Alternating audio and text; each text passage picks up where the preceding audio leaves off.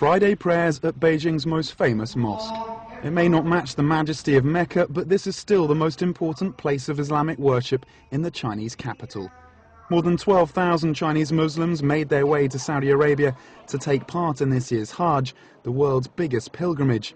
Many of the Beijing Muslims who couldn't make it to Mecca came here, or to the more than 50 other mosques scattered across the city. I'm inside Niujie Mosque. It's the oldest mosque in Beijing, and it's a focal point for the capital's Muslim community.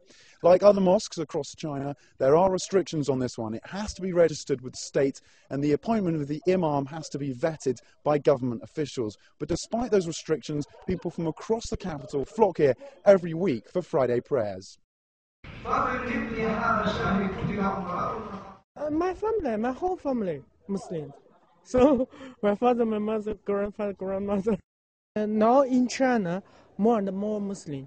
Lots of my friends, before they are not Muslim, but now they're Muslim. Chinese Muslims aren't technically allowed to attend the mosque before they're 18, though some parents clearly turn a blind eye to that law. The only Qurans allowed are those sanctioned by the state, and teaching the holy book in private is banned. Making the trip to Mecca is also controlled. Chinese Muslims have to join a tour if they want to take part in the pilgrimage. But Xia Zongping, a professor of Islamic studies at Peking University and a practicing Muslim himself, says life for China's Muslims is improving. He points to the growing number of mosques being built across the country. That includes women-only mosques and even female imams, rare in many parts of the Muslim world. There's also been a growth in the number of Islamic groups in the country. The Cultural Revolution was disastrous for all religions in China. Islam was badly affected during that time. But since reform and opening up in 1978, things have improved. Islam has a long history in China, dating as far back as the year 650, when the uncle of the Prophet Muhammad was said to have been sent as an official envoy to the Chinese emperor.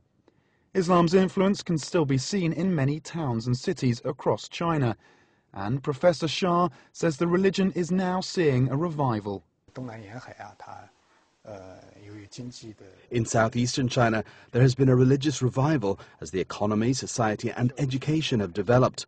In the northwest of the country, people practice a more traditional form of Islam. The government says there are now 23 million Muslims in China. Professor Xia says that number is increasing, but adds that the government statistics are unreliable. In China, it's your ethnic group that defines whether or not you're a Muslim, so all members of the Hui minority are considered Muslim, even though some Hui are not Muslims and some Han are Muslims.